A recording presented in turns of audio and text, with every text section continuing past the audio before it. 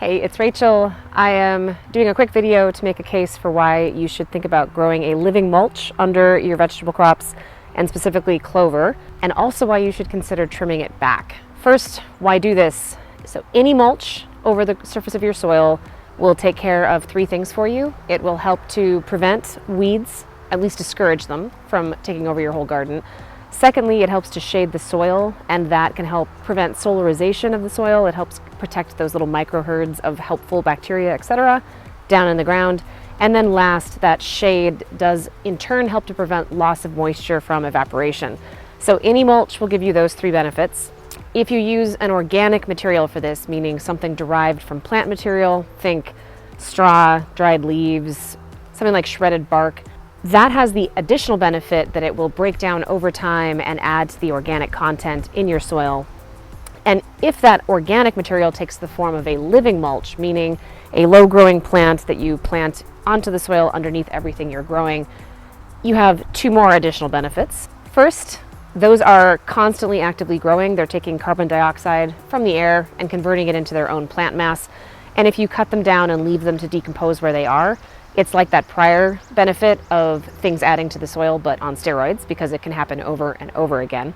And then second benefit of a living mulch in particular is that it puts a greater variety of living roots into your soil, and that helps to better feed those microherds I mentioned before. We protect them with the mulch, and then we feed them with the living roots.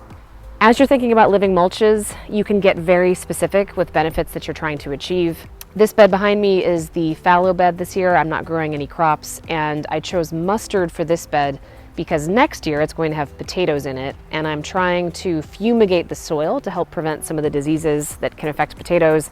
Mustard can help me do that, so that's why I chose it for this bed. Today I want to talk about clover. Clover has a very specific benefit in that it has a symbiotic relationship with bacteria. The value of that partnership is that they can take atmospheric nitrogen, and that's the majority of the gas in our atmosphere is nitrogen, but in its gaseous form that is unavailable to plants and it is not helpful to them.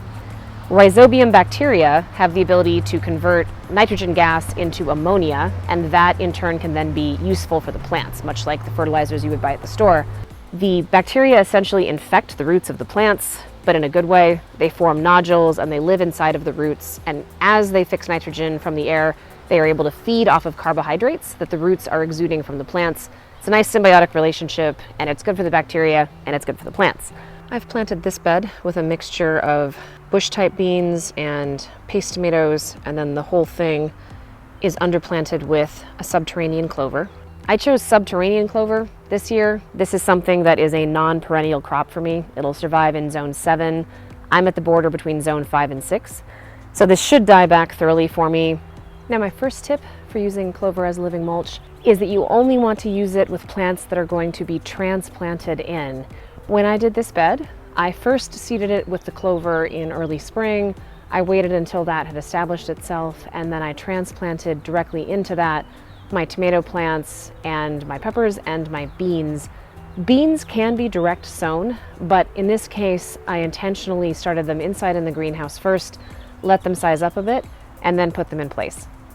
In much the same way that the clover will outcompete weeds that are trying to get established, it would do the same for something like lettuce or carrots that have to be direct sown in place. So tip number one, really only use this technique with something that is going to be transplanted, not something that is going to be direct sown. And you can see that the clover, it is shielding the soil and it helps to outcompete weeds. One important point on outcompeting weeds, I have an exception in this bed, but it's kind of an intentional one. It's hard to see it here, and then a better view of it here as it spills into the pathway.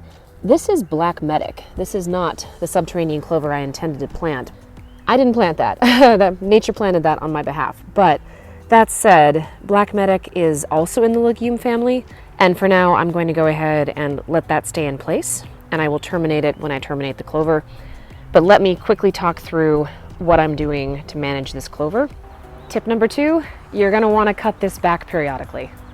When the tomatoes get bigger, and especially once they reach their full height of about 3 feet tall, the clover's a non-issue. There's really no competition, but while they're still in this little itty bitty stage, the clover is actually shading this out.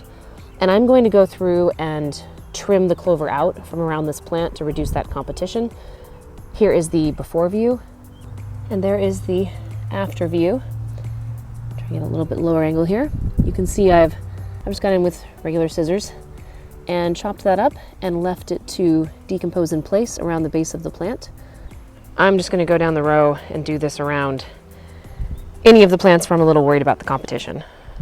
Cutting the clover back has an important additional benefit, and that has to do with a bit of a myth that I want to dispel when it comes to these nitrogen fixing cover crops.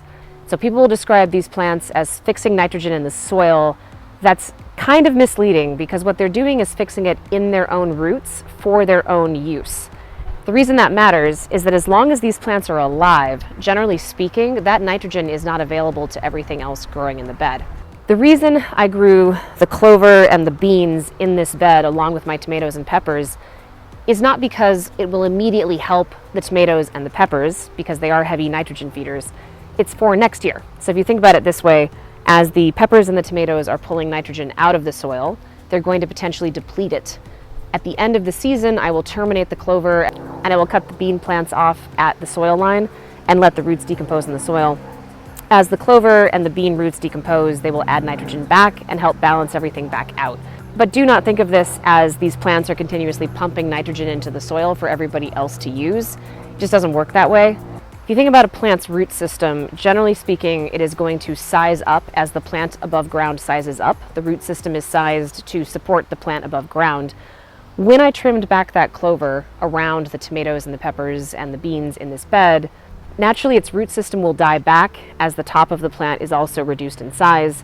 I'm basically giving it a haircut. I'm not terminating it completely, but it does release a little bit of the nitrogen. And because I'm trimming right around my main plants, the nitrogen release should be in the vicinity where I really, really want it. At the end of the year, when I terminate all of the clover, I'm going to crimp it down after I've harvested everything out. I will then black tarp it to really kill everything off effectively, and all of that nitrogen at that point can be released into the soil. I do recommend this. It's been great for weed suppression. It's been good for keeping the moisture in the bed. The plants look pretty happy with it. It's a little bit of a pain to come in and cut this stuff off with scissors periodically, but it's not like you're doing it every week. It's really not that big of an effort for me to terminate this at the end of the year, and it's not that hard for me to trim it back when I need to. The benefits definitely outweigh the effort, and I would recommend this for anybody that's trying to manage their soil health. As always, I hope that was helpful. If you have any questions, drop them below, and if you have tried this yourself, please share any results that you've had or tips or tricks. Until next time, thanks.